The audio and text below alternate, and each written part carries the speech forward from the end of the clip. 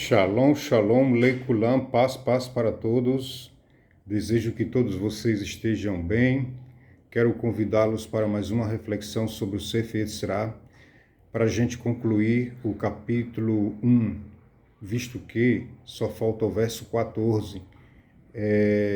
Esse capítulo, como vimos, ele fala todo de Sefirah, sobre a árvore da vida, o Sefirot. Desde o primeiro verso até este, o qual estamos concluindo esse assunto. Fala sobre a árvore da vida, o Sefirot. E a partir do capítulo 2, então, o Sefer passa a abordar assuntos diversificados.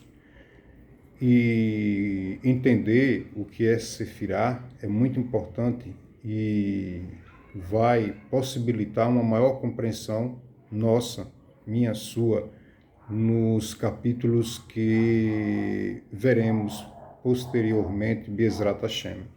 Então, sem mais delongas, vamos lá para o estudo e buscar uma maior compreensão sobre o capítulo 1, já que ele vai sintetizar, ele vai trazer muitos dos estudos, muitos elementos dos versos anteriores, a saber, os 13 versos.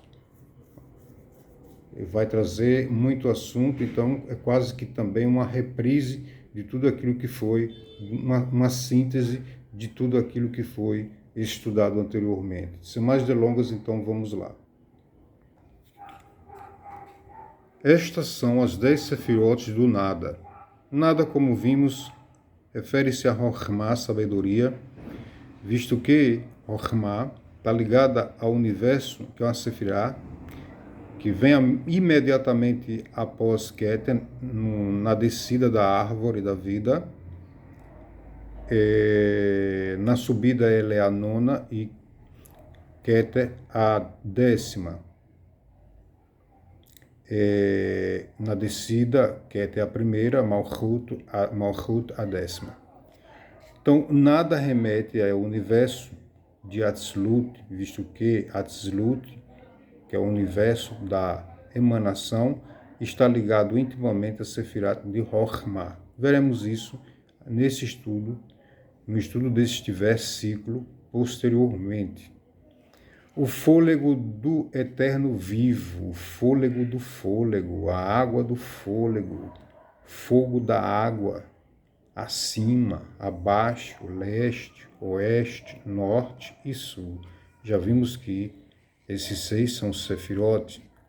Já estudamos sobre isso no verso anterior, a saber, o verso 13 deste Sefer. Além de suas implicações teóricas, é muito importante a Kabbalah teórica e prática também, só que parte da Kabbalah, grande parte da Kabbalah prática, foi proibida por nossos sábios. Então, essa proibição constitui-se numa mitzvah, não praticar aquilo que é proibido na Kabbalah prática, e só aquilo que for possível fazer, como no caso das demonstrações feitas com a vela e outras tantas demonstrações, e que iremos revê-las aqui no estudo desse verso 14.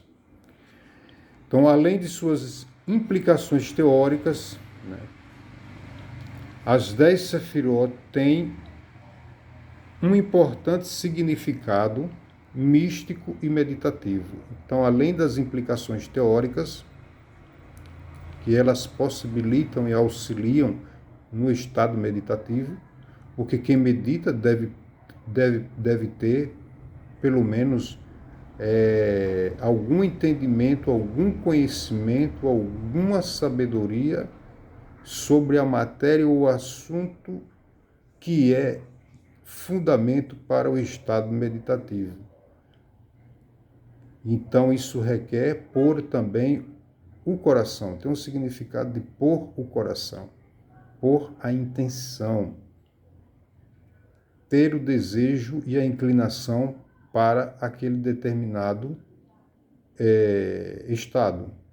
E a fé, a emuná, que é Malchut, ela também é algo pertinente, né? E muito importante, fundamental nesse processo. E no decorrer desse estudo veremos o porquê Malchut é importante, né? E sua importância se dá pelo fato de ser chamada de barro. Então é o lugar onde se imprime, onde se deixa uma marca indelével. Então assim o processo de escrita processos físicos de escrita remetem a processos mentais, onde se escreve com a mente talha, desenha. Então, no nada. E isso possibilita a que a pessoa venha fazer o passo a passo. Nós veremos aqui 4 passos para 4 estágios para se chegar a um estado meditativo.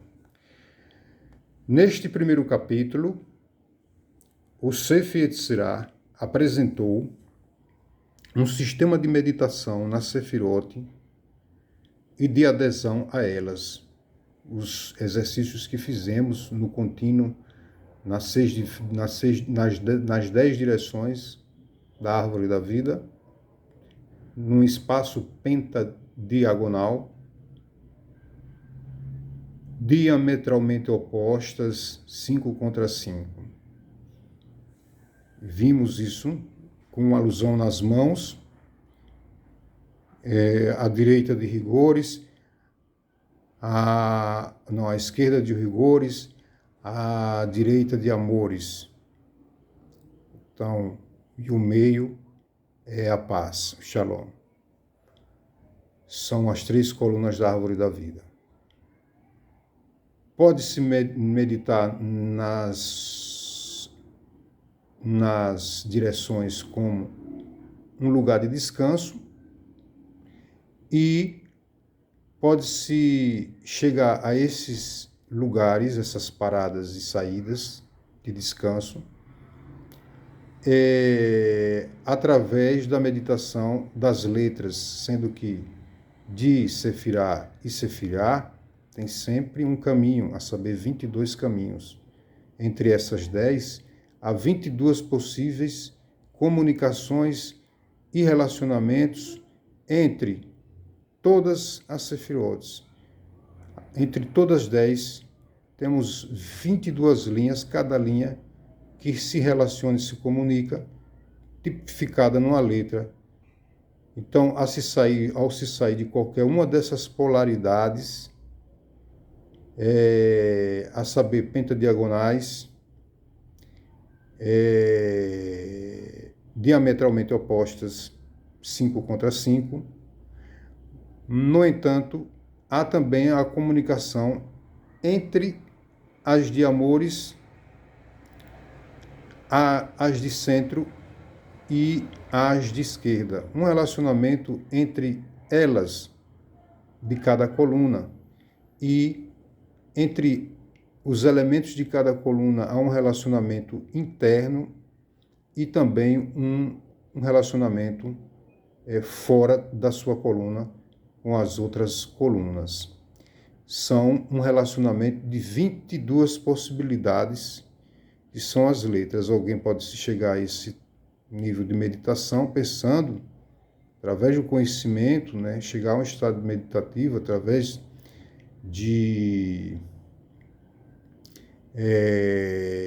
desse processo,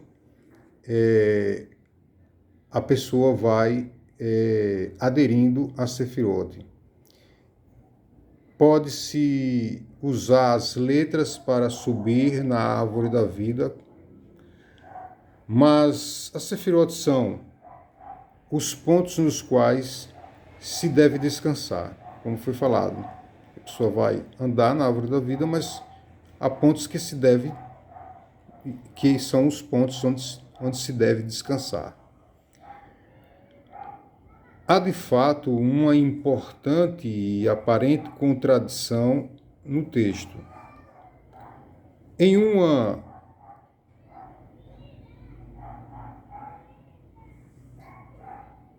seção, no capítulo 1, verso 6, o texto diz: sua visão é como a aparição do relâmpago.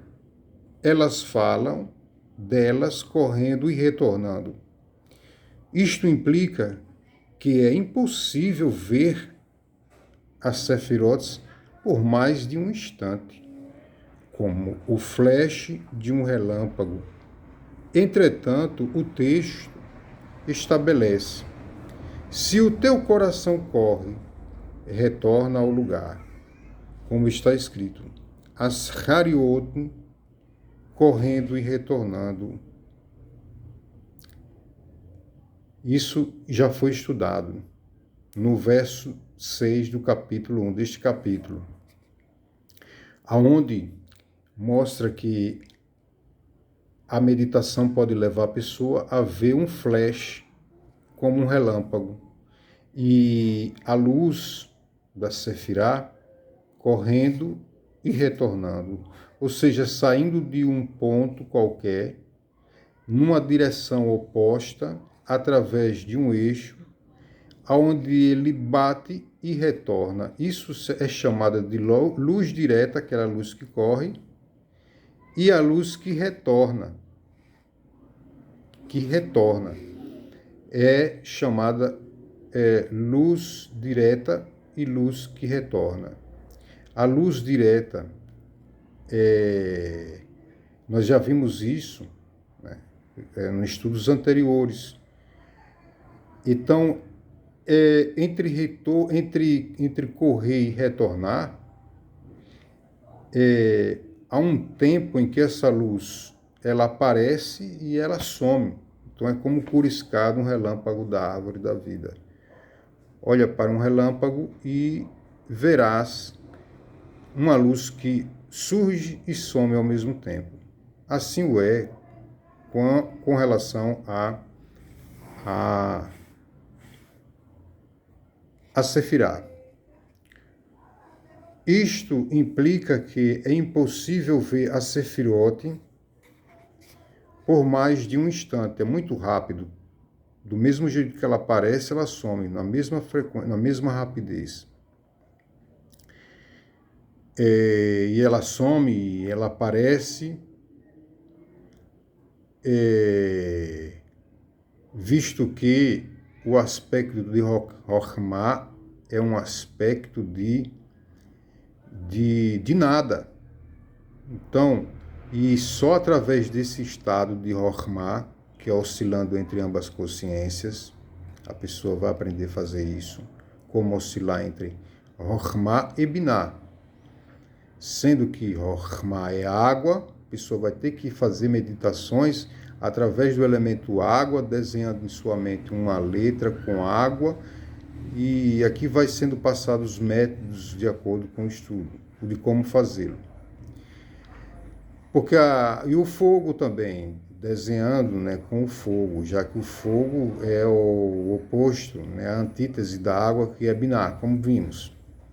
E como essas duas polaridades são opostas, né, elas causam a iluminação que a Sefirá gera. Quando corre a energia, bate no polo oposto, há um choque, e aí esse choque faz essa luz retornar para a sua fonte. Nesse processo de correr, retornar, é que aparece o flash da luz da Sefirá, que é o que se pode ver, e é chamado de uma experiência mística. Alguns iniciados podem ter essa percepção, como de um flash de um relâmpago. Já vimos isso, estou só reprisando aqui, mas já vimos muito do que é estudado aqui nesse verso, já foi visto. Entretanto, o texto estabelece: se teu coração corre, retorna ao lugar. Como está escrito, as Hariotim, correndo e retornando. Isso está falando da visão do profeta Ezequiel, quando ele vê, né, as Hariotim, e elas estavam correndo e retornando. Esse correr e retornar é chamado de um flash, e um flash implica numa luminosidade rápida. Quando alguém tira uma foto aí, tem um flash, né? Aparece foco e some. Flash da foto. Ilumina o lugar, apagou. Então, aparece da mesma forma que o mundo espiritual, o mundo físico, né? As grandezas físicas, tipo os mecanismos da foto, como o mundo espiritual também é semelhante em alguns aspectos. E esse correr e retornar, onde há um flash, e o flash é uma luminosidade que pode ser vista pelo iniciado, essa energia que pode ser vista e que ilumina é chamado Hashmal. É uma luz sagrada, divina, que se manifesta e pode ser vista, chamada Hashmal, uma substância divina luminosa. E, inclusive, o Zohar nos traz que há um palácio chamado, um dos 7 palácios, chamado Rei Hal Hashmal, né? Um palácio de luz, uma luz substanciosamente divina. Isto parece dizer que pode-se ir mais longe, mas que terá de se abster de fazê-lo. Então, quando a luz corre, retorna, é um sinal de que a pessoa pode até ir mais além, mas ela terá que se abster de fazê-lo. Não querendo dizer que a pessoa não possa ultrapassar um determinado limite em uma experiência mística. Mas o iniciado, ele não pode adentrar em assuntos complexos porque lhe falta a base necessária. Então, para o iniciado, né,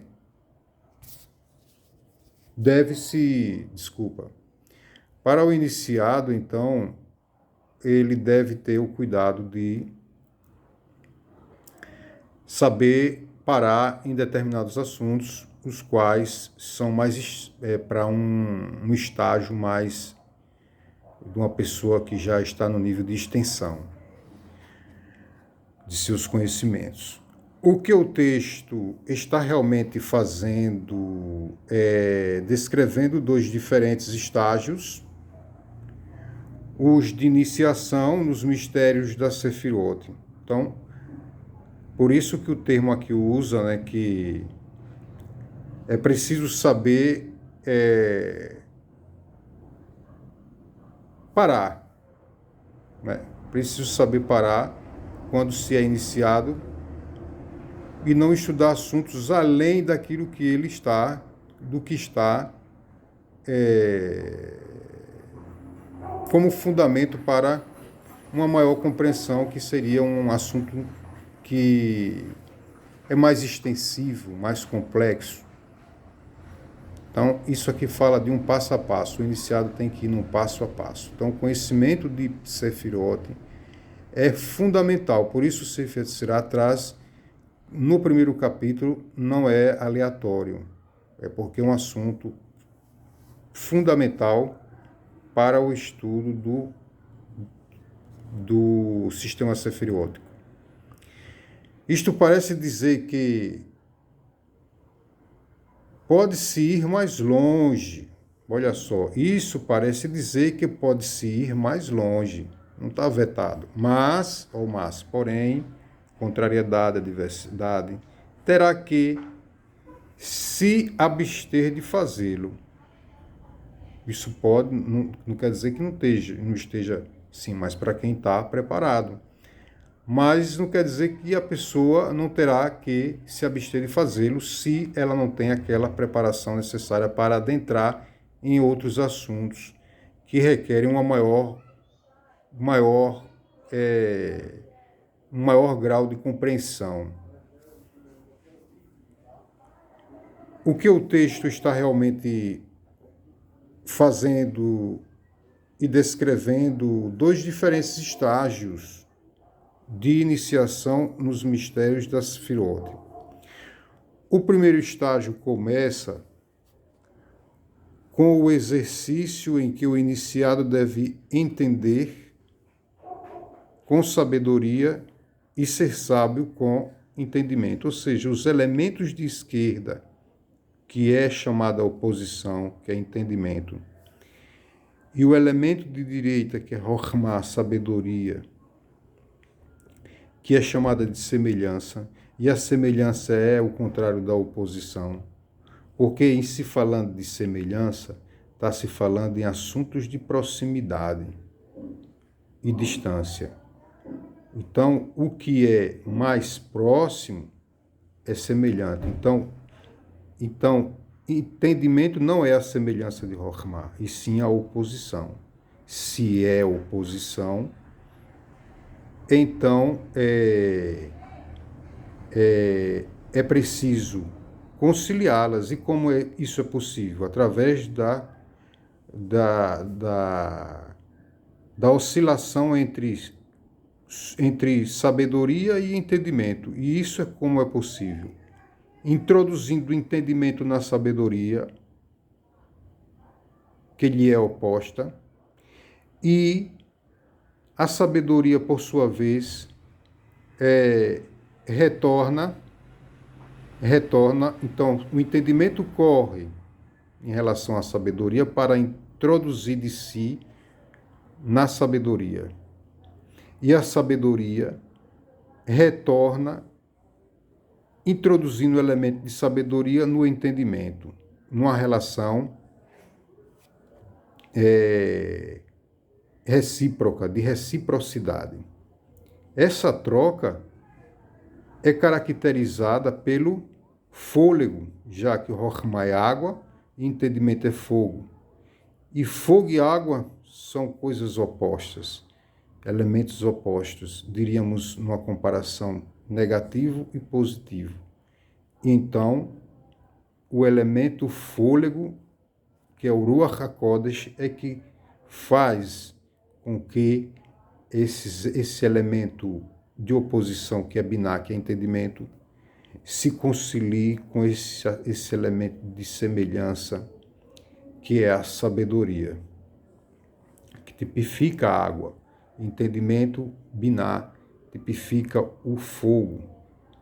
E o elemento de conciliação, tipificado pelo Ruach HaKodesh. E veremos essa comparação aí entre Sefirá e universo e orote da alma, sendo que são 5 orotes, 5 luzes que a alma tem. A alma é uma, mas tem 5 luzes. E veremos esse encadeamento, universo, Sefirá e nível de alma. Aprender a oscilar entre as consciências Binah e Rokhmah. Vimos isso nos capítulos anteriores. Sugiro que quem não assistiu vai lá, dá uma olhada para uma maior compreensão. Neste nível, pode-se meditar na Sefirot como 10 profundidades. Sim, cada Sefirá é um poço profundo, sendo que cada uma delas tem 10, e por sua vez essas 10 recebidas, cada uma delas tem suas 10 pertinentes para o infinito em relação a cada uma dessas 10 profundidades. A pessoa vai olhar, tentar olhar o que está atrás sem virar a cabeça. O que tem atrás? Agora, nada. Não temos olhos na cabeça, só se virarmos. Não pode virar a cabeça para olhar. O que tem atrás? Isso é Rokhmah. Isso é nada. É chamado de um nada. Então, é assim que se oscila. O desenho de um Aleph, a gente tem noção de como é o desenho por causa de Binah, né? E Rokhmah tem toda a informação, só que a informação é um caos, é como um caos, porque são informações que não se coaduna, não se relaciona com a substância. Então, é um caos. Então, Binah é esse meio em que é possível haver os devaneios, pois é aqui que essa informação que não se coadunava com a substância passa a ser possível a sua coadunação com o que lhe é substancioso. Nesse caso, Binah é mãe e filha é Malchut. Malchut é, por assim dizer, a luz, a lâmpada onde ilumina essas luzes superiores. Elas se refletem, ela chega a Malchut e Malchut reflete novamente essa Rokhmah menor, essa sabedoria menor que é Malchut, sobe e se concilia com Rokhmah maior, né, que é a Rokhmah, e nós já vimos isso, esse encadeamento entre Rokhmah e Malchut, porque tanto Rokhmah é chamada de sabedoria, como Malchut também é chamada de uma sabedoria menor. Porque essa sabedoria menor, ela não só se veste dessa Rokhmah maior, mas também reflete para a Rokhmah essa realidade, criando a própria Rokhmah de cima. Então, isso de forma conceitual, evidentemente. Vimos isso já fizemos esse estudo, então vamos prosseguir.